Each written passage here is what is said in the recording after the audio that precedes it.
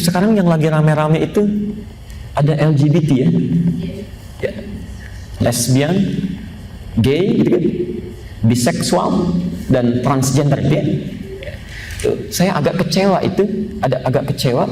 Ada seorang pakar, Ryu Hasan, ya, orang Indonesia, ya, orang Indonesia yang memberikan satu pernyataan yang cukup mengagetkan, ya, bahwa penyakit LGBT itu bukan penyakit katanya. Itu sesuatu yang normal, ya.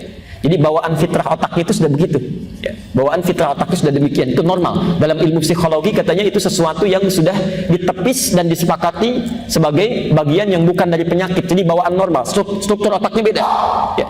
Struktur otaknya lain, alhamdulillah. Itu masya Allah. Saya mohon maaf Bu ya, Pak. Justru ternyata teori Quran tadi yang kami sampaikan itu justru sudah dibuktikan oleh para peneliti jauh-jauh hari sebelum peristiwa ini terjadi. Yang LGBT yang marak di Indonesia ini, ya. Saya beri contoh begini.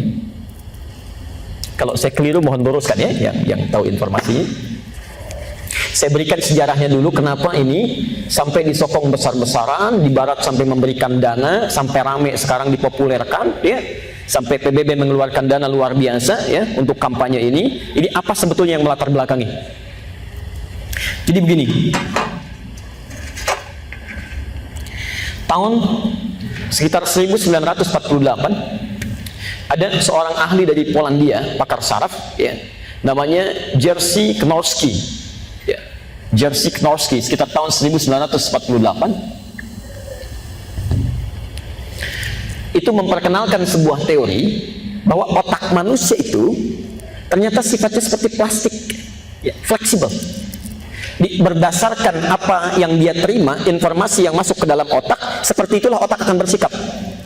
Di otaknya tidak kaku, ternyata tidak kaku.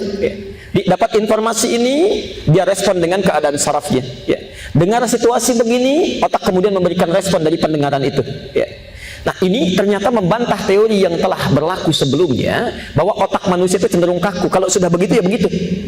Ternyata kata Jerzy Knorski ini, ya, yang kemudian sebelumnya diinspirasi oleh William James, seorang pakar dari Amerika, ternyata betul struktur otak kita itu ketika dibawa dalam kehidupan, semakin banyak menerima informasi, saraf-saraf yang di otak itu akan menyesuaikan dengan informasi yang diterima. Contoh, saya beri contoh begini. Bapak misalnya melihat sesuatu yang baik ya. Saat melihat yang baik itu, maka ribuan saraf yang ada pada diri kita, pada otak itu akan merespon, baik itu yang sifatnya perasaannya ya, baik itu yang sifatnya larut dalam apa yang dilihatnya. Semakin sering itu dilihat, maka respon kita itu akan disalurkan oleh ribuan saraf ini, baik ke tangan, ke kaki, ke pandangan, ke imajinasi.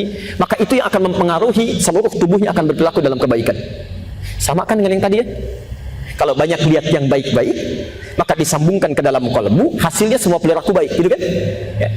Sebaliknya, kalau seseorang selalu melihat yang jelek-jelek, gambar yang tidak bagus, mendengar kalimat yang tidak baik, ya, melakukan sesuatu yang tidak baik, maka syarat-syaratnya seketika akan menyesuaikan dengan apa yang dia dengar, dia lihat itu. Kalau terus-terusan itu dilakukan, maka itu akan membentuk perilaku dalam kehidupannya. Nah, ini yang penting Anda tahu, kita tahu semuanya, bahwa ternyata perilaku-perilaku penyimpangan yang LGBT itu asalnya bukan normal Bu, Pak.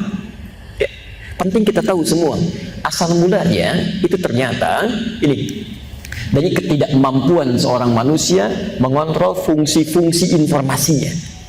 Di orang yang selalu lihat gambar-gambar yang buruk, ya. Dari situ sering lihat bergaul dengan orang yang salah, ya, mendengar informasi yang keliru, sehingga dari situ muncul imajinasi, terjadilah penyimpangan itu. Itu dibuktikan. Dan penyimpangan pertama adalah penyimpangan yang menularkan virus HIV itu. Ya, itu ternyata, maaf, ada sesuatu yang sangat salah menyebar sekarang di dunia ini, informasi yang keliru.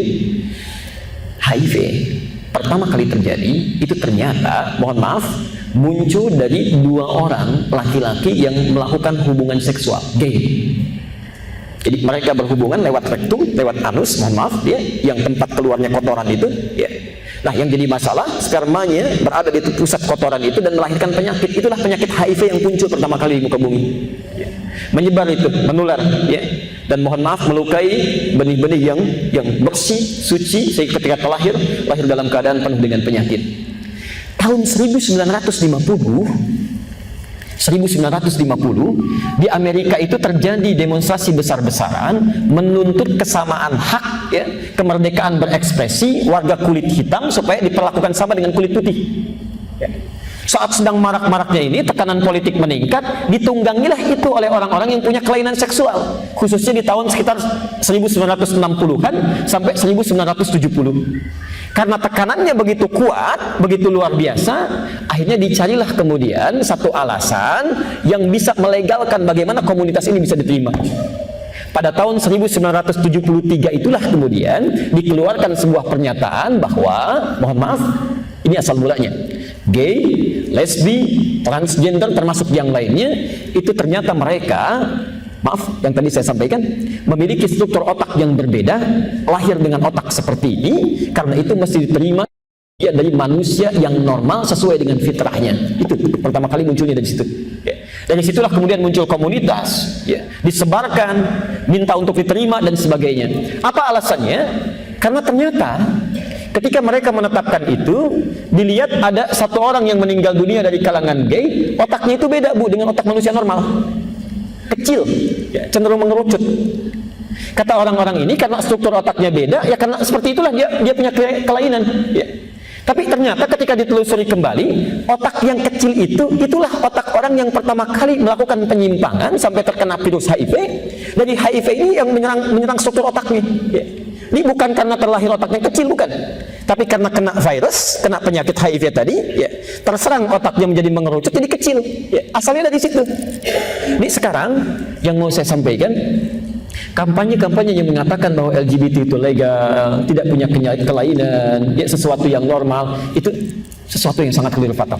Ya, suatu penyimpangan yang sangat luar biasa. Tapi kaitan dengan fokus bahasan kita, penyimpangan-penyimpangan itu muncul justru karena mereka dalam aktivitas kesehariannya mengundang penyakit itu dari pandangannya, ya, dari pendengarannya. Nah, kita 15 abad sebelum ini sudah diingatkan, kalau perilaku kita tidak ingin menyimpang, anak-anak ibu ingin sehat, cucu bapak ingin bagus, maka yang pertama kali dipastikan kata Al-Quran, satu, jaga pusat-pusat informasinya, mulai dari kepala. Ya. Qul lil mu'minina yaghuddu min absarihim, katakan bagi pria-pria yang beriman, tolong jaga pandangannya. Yang baik lihat, yang buruk jangan dilihat. Kebanyakan orang yang melihat adegan-adegan yang mesum itu yang melahirkan kemudian tindakan-tindakan yang tidak diharapkan. Orang-orang yang seringkali nonton tayangan-tayangan yang buruk, gambar-gambar yang dilarang, ya, itu yang kemudian melahirkan perilaku-perilaku penyimpangan yang tidak diharapkan. Ya, jelas sampai sini bagian pertama.